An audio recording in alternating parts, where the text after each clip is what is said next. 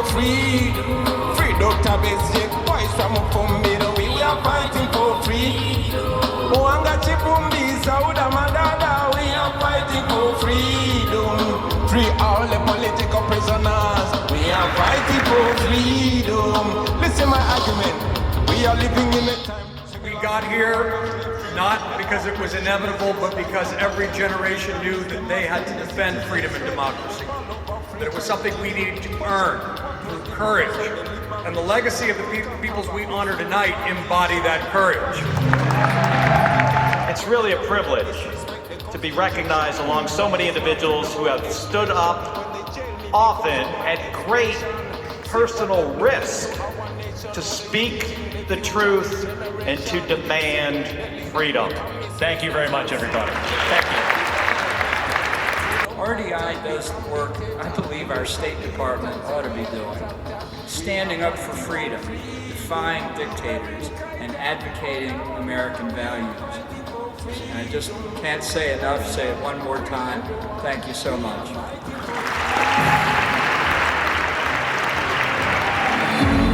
He gave up the life of a pop star to fight for a nation of 50 million and stand up for freedom around the world. You know, dictators always stand with each other. That is why mainly the dictators in Africa outrightly supported Putin. The leader of Uganda's democratic opposition. The regime forced him into exile.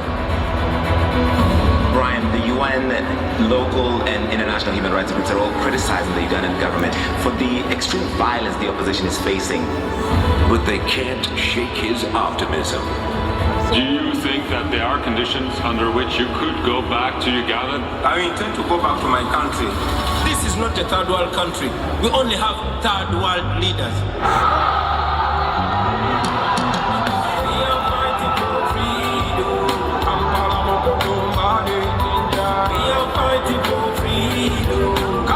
Please get on your feet for our 2026 Hero of Democracy, Bobi Wine.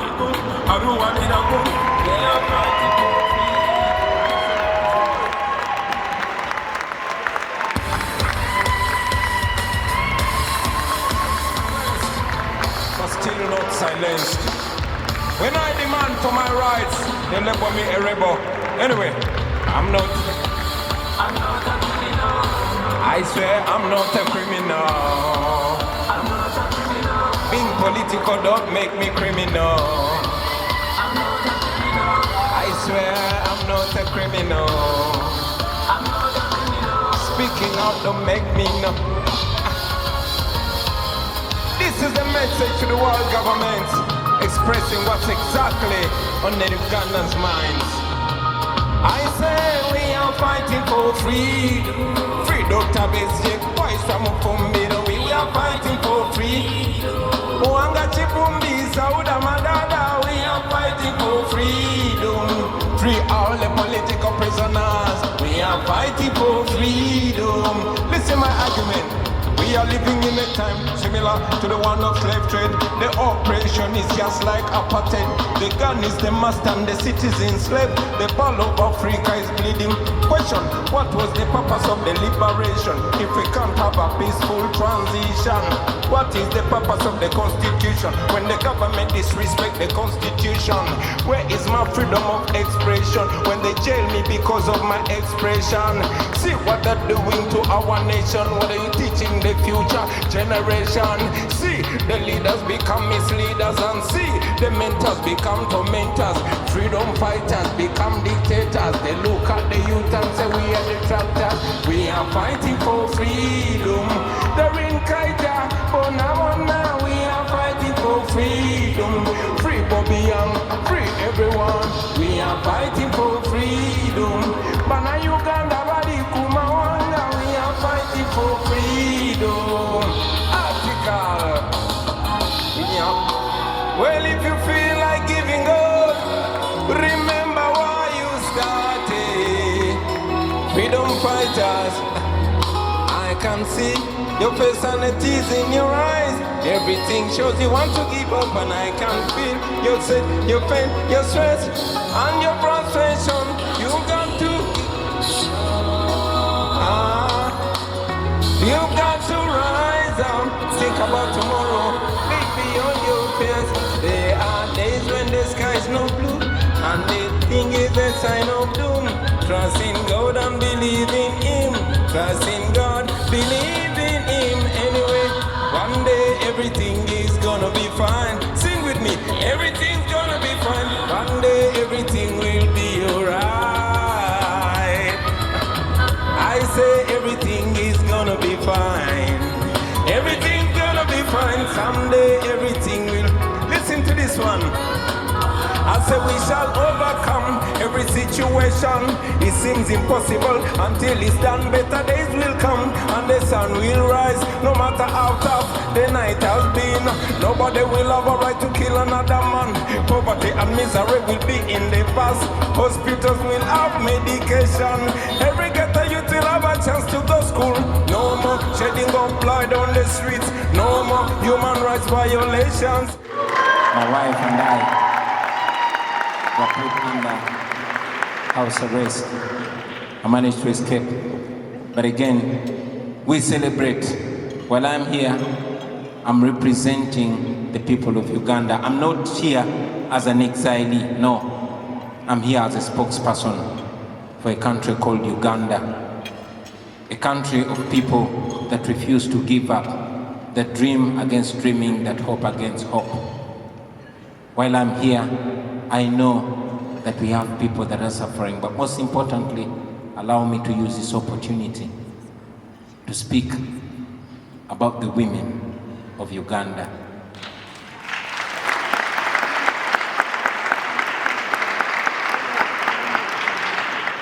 While so many people are bearing the pain, but the women of Uganda in a very special way are standing in the gap. No class, no level is safe. From the woman that sells in the market right to the new First Lady of Uganda, my own wife, who was raided on the 23rd of January, beaten up by more than 70 soldiers that broke into my house, stripped my wife naked as they filmed. And General Muhoozi Kainerugaba, who is the Chief of Defense Forces and son of General Museveni, who is the President of Uganda, tweets naked pictures of our comrades, tweets subjugated pictures of my wife with pride, celebrating that he's winning. But not just my wife, the strong women that go up to paying the ultimate price. Women like my sister, Edith Katende, the wife of the spokesperson of our party, Alex Wise Wamafumbiro, who died a few days ago when the husband was even denied chance to nurse her and even denied opportunity to lay her to rest. Women like Irene Nachibuka, who was so much of my fan that she had a tattoo of my name on her leg. That was reason enough to kill her, and she was buried. Women like Monica Chibalama, the wife of John Bosco Chibalama, my friend who was abducted and kept missing for 7 years. The wife demanded for him, refused to give up, until one day she was also found suspiciously dead in her house. Women like Fauzia Natabi, who we fondly call Mama Cheune, the wife of my personal political assistant, whose house was raided and she was picked up by the military in full view of cameras. All that is recorded. She's kept in military detention for 37 days, even against a court order. Women like Agatha Nazua, who we fondly call Blue Tick, she was abducted and she's still missing. All mothers, daughters, wives, and spouses of the political prisoners.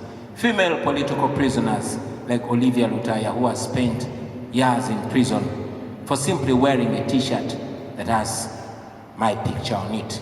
Women like Sauda Madada, women like Doreen Kaija, and many others, we hold them in high regard. And now that I have the opportunity to speak for those millions of people to the modern world, to the United States of America, who we know is the world's biggest democracy, we request you not to continue supporting dictators in Africa, not to continue choosing diplomacy over democracy, not to continue choosing business over human rights, because the dictators in Africa, and particularly in Uganda, rob our countries, plunder our countries, and they invest and come here and enjoy those monies.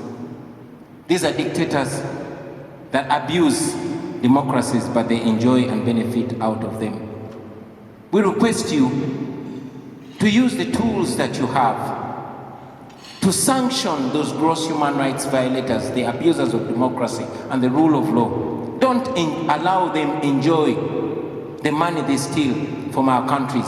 Our countries' hospitals are run down and the schools are run down, and they're comfortable about it because they seek medical, they seek treatment in the developed world. Their children are studying here. But if you slap sanctions on them, then they will think twice when they are carrying out mass killings. We ask you to evoke the Magnitsky laws that you have. Those are tools that are not only helpful to you, but they can be helpful to us. Finally, on behalf of the people in Uganda, I know that every time we come and make our case here in the Western world, particularly in America, they accuse us of being agents of the West, of being agents of neocolonialism. But I say to you that we are not asking you to come and help us. We are only asking you to stop sponsoring our oppression. I believe that's not too much to ask. Thank you very much. Love you.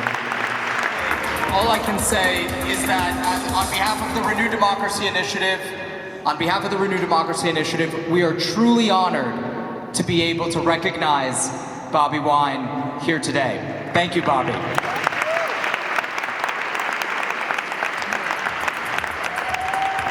Your pain will never go in vain. We can only honor you by not giving up and by standing for the cause that you are paying a big price for. One day everything is going to be all right.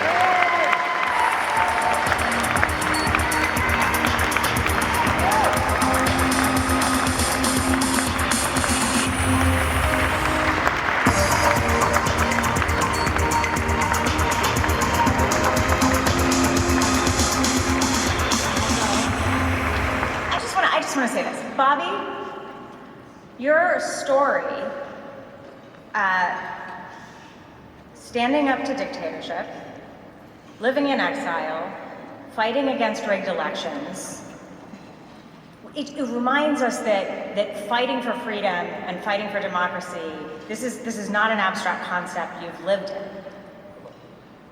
And you are living it.